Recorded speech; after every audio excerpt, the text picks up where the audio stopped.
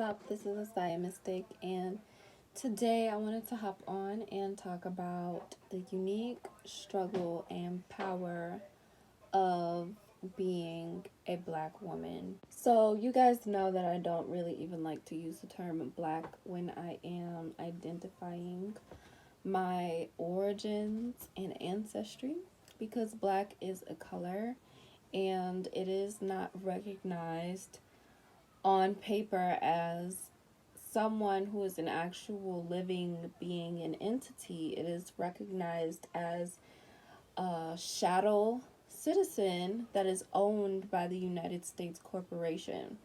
So I use the term black to identify um, my lineage and ancestry because that is what the majority of people take pride in calling themselves right now.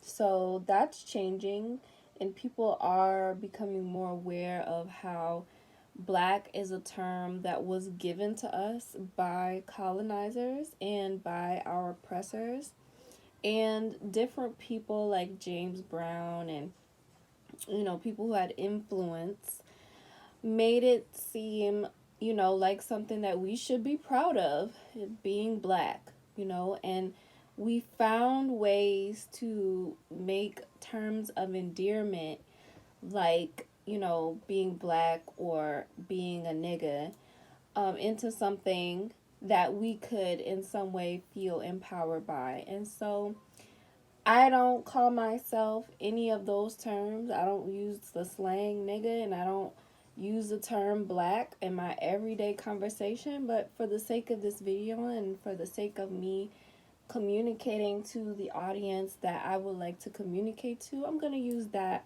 terminology. But in general, I like to identify myself as Afro-Indigenous. And being an Afro-Indigenous woman and coming up in this era, in this world, there's just certain things that we go through, that we experience, that really no other woman really has a direct understanding of, a direct experience to. And the reason why our evolution and our ascension is so important is because we are the beginning of everything else. So our genetics and our coding, genetically, physically, and spiritually, is one that is primordial.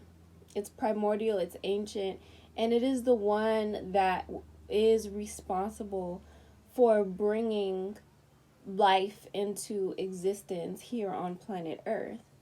And there are many different, places of existence. There are many different, planets. There are many different beings that have created different spheres of existence. But from what I know, my own knowledge, my own research, and my own intuition is that the primordial woman, the Afro-Indigenous woman, has access to information within her genes that is so instinctive and intuitive in the very beginning of all things, of all creation, that it has been insidiously and intentionally oppressed, suppressed, and demonized by our colonizers and people who came into this planet, came into this realm, and decided that they wanted the dominant energy of this plane to be not a matriarchal energy, not an indigenous energy that honors the earth, that honors the stars, that honors the universe, that honors all of creation and the great spirit, but an energy that distorts truth, an energy that distorts the earth's energy into one that is of greed and gluttony and, lack and, suffering war, rape, genocide. I can go on and on, honestly. But all of these are frequencies and vibrations that emanate from beings and people who are, live within the face of the people who colonized and infiltrated this planet and decided to make this the dominant frequency that we're living in on this planet. And with them doing that, it also caused them to make two specific types of people the brunt of all of their anger, all of their strife, and all of their distaste for the natural resonance and natural frequency of this planet that we live on. And those two people were women, and they were black people. All right, those were the two people, right? And indigenous people, Afro-Indigenous people of America, right? Because when I say indigenous, y'all think I'm not talking about indigenous, who Asiatic indigenous or, Native American. I'm talking about indigenous, right? You have 9 ether hair, your hair coils, your hair curls, it shoots up to the sky, and your skin tone and your genetics are abundant. It is varied, it is abundant. You can give birth to any kind of baby, okay? And you are a woman, right? So these are the two types of people that were oppressed and continue to be oppressed. And we're just now recently getting to a time where it's like we're busting through that cap of realizing, oh my gosh, all this time the feminine energy was so important, and being connected to nature, being connected to the universe, being one with this great spirit was so important. These were the two things that were just demonized through religion, through education system, through this parasitic entity that wanted to destroy and sap the earth of all of its richness, and then go on to the next place or the next planet to do the same thing to. Or I don't really know what the ultimate agenda or goal for that was, but the laws of the universe state that you can only do these things for so long. You can only get away with so much of this type of behavior for so long until it ricochets.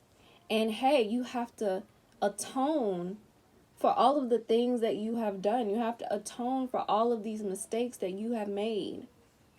And so the reason why the Afro-Indigenous woman, we have a unique struggle in this life is because we are those two people in one body that have been put down and demonized and cast out as something that should be destroyed and gotten rid of.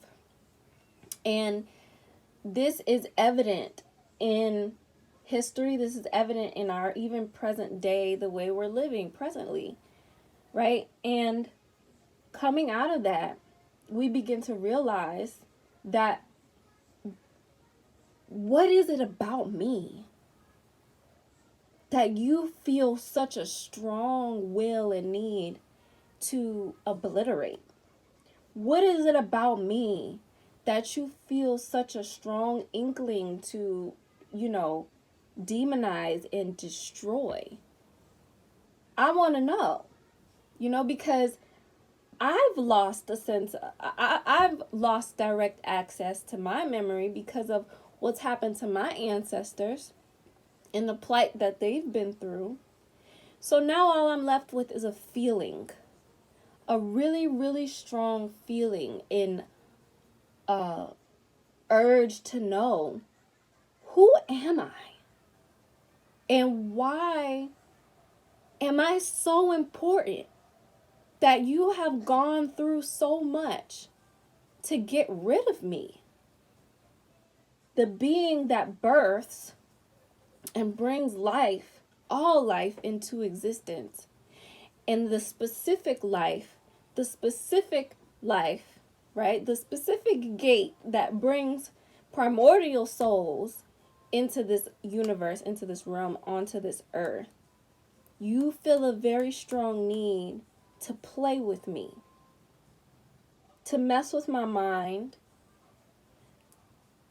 to cage my womb, to tell me how I should raise my children, what I should do with my children, to tell me how I should birth my children, to impose upon me information and data that's seemingly, because it's been validated by some old white guy, it's the truth of all truths. I should listen to it.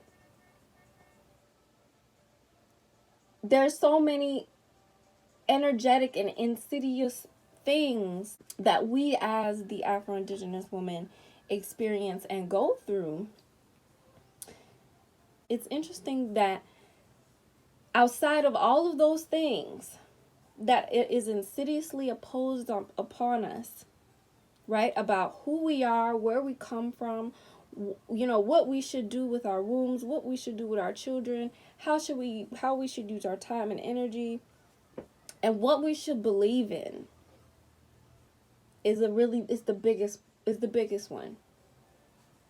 And what we should believe in. Outside of all of that, we still know and understand that there's a truth beyond all of those things. That there's a truth that's much deeper than all of those lies. We still know that, and we feel it coursing through our blood and in our veins. And the even bigger plight is that when we present our intuition and we present our whispers and our knowings to the one being that is created to sustain and uplift that, which is the masculine energy in our life, when that energy is rejected, when that truth is rejected because of the way society has been built to make you feel like you're not a real man for valuing a woman, it's an even bigger plight. It's an even bigger war that begins to happen between our own inner masculine and feminine, because now we don't feel safe. Now we don't feel like we can live and roam in this experience safely without compromising, without letting go of that truth, without masking what's coming up. Peace, y'all. So my daughter came and asked me for some blueberries in the other video, and I just ended up not finishing the video that day, but I'm gonna finish it now. And I just really want to wrap this video up letting all of you know, and all of the Afro-Indigenous women who are watching this video know, that you are seen, you are understood, and you are powerful.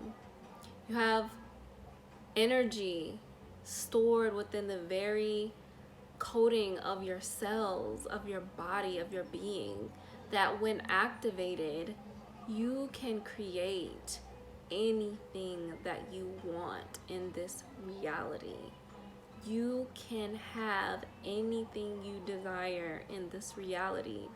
And the times of us feeling like life and society and everything about this place is bigger and stronger and better than us is over with.